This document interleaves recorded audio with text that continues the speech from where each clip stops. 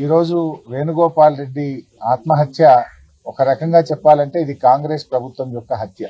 వాళ్ళ వైఫ్ చెప్తా ఉంది పాపం, ఎక్కడ ఏ బ్యాంకుకు వెళ్ళి అప్పు పెట్టినా నువ్వు బిల్డరు, నీకు అప్పు ఇవ్వమన్నారట. ఒకప్పుడు బిల్డర్ అంటే లైన్లు కట్టి క్యూలు కట్టి అప్పులు ఇచ్చిన బ్యాంకులు 14 నెలల కాంగ్రెస్ ప్రభుత్వ పరిపాలన పుణ్యమాని బిల్డర్ అంటే అప్పు పుట్టని పరిస్థితి వచ్చింది. భార్య పేరు మీద లోన్ ట్రై చేశారట పాపం.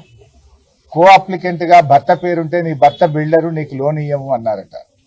ఈ 13 నెలల కాంగ్రెస్ పాలనలో ఒక్క అపార్ట్మెంట్ కూడా అమ్ముడుపోక, బ్యాంకులకు పోతే అప్పు రాక, ఇంకా దిక్కుతోచని పరిస్థితుల్లో పాపం ఆత్మస్థైర్యం కోల్పోయి వేణుగోపాల్ రెడ్డి ఆత్మహత్య చేసుకున్నాడు.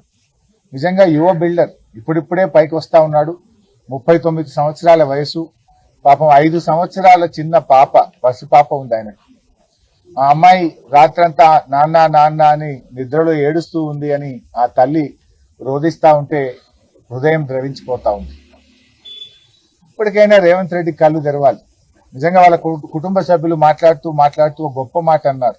మా వాడి ప్రాణం పోయింది, ఇంకా మిగతా ప్రాణాలు పోకముందైనా ఇప్పటికైనా రేవంత్ రెడ్డి కళ్ళు తెరిచి మరిన్ని ప్రాణాలు పోకుండా చూడండి అని ఆ కుటుంబ సభ్యులు మాట్లాడుతూ ఉన్నారు. ఇవాళ రాష్ట్రంలో ఏమైపోయిందంటే 14 నెలల కాంగ్రెస్ పాలనలో రైతుల ఆత్మహత్యలు, చేనేత కార్మికుల ఆత్మహత్యలు, ఆటో డ్రైవర్ల ఆత్మహత్యలు, చివరికి బిల్డర్లు కూడా ఆత్మహత్యలు చేసుకునే పరిస్థితి వచ్చింది. 10 ఏళ్ల బీఆర్ఎస్ పాలనలో నిర్మాణ రంగానికి మన రాష్ట్రం, మన హైదరాబాద్ స్వర్గధామంగా ఉండే. రియల్ ఎస్టేట్ రంగం అద్భుతంగా 10 ఏళ్లు వృద్ధిలో నడిచింది. లక్షలాది మంది దాని మీద బ్రతికారు. కానీ కాంగ్రెస్ పాలనలో అనాలోచిత నిర్ణయాలు.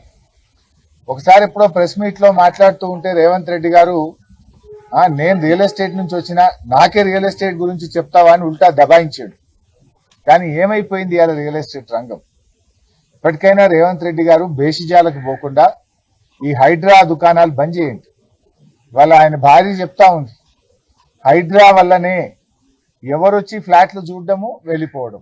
వాస్తవానికి ఆయన నిర్మిస్తున్నటువంటి అపార్ట్మెంట్ లో హైడ్రా సమస్య గాని ఎటువంటి ఇబ్బంది లేదు. కానీ ప్రజలు భయభ్రాంతులకు లోనవుతా ఉన్నారు.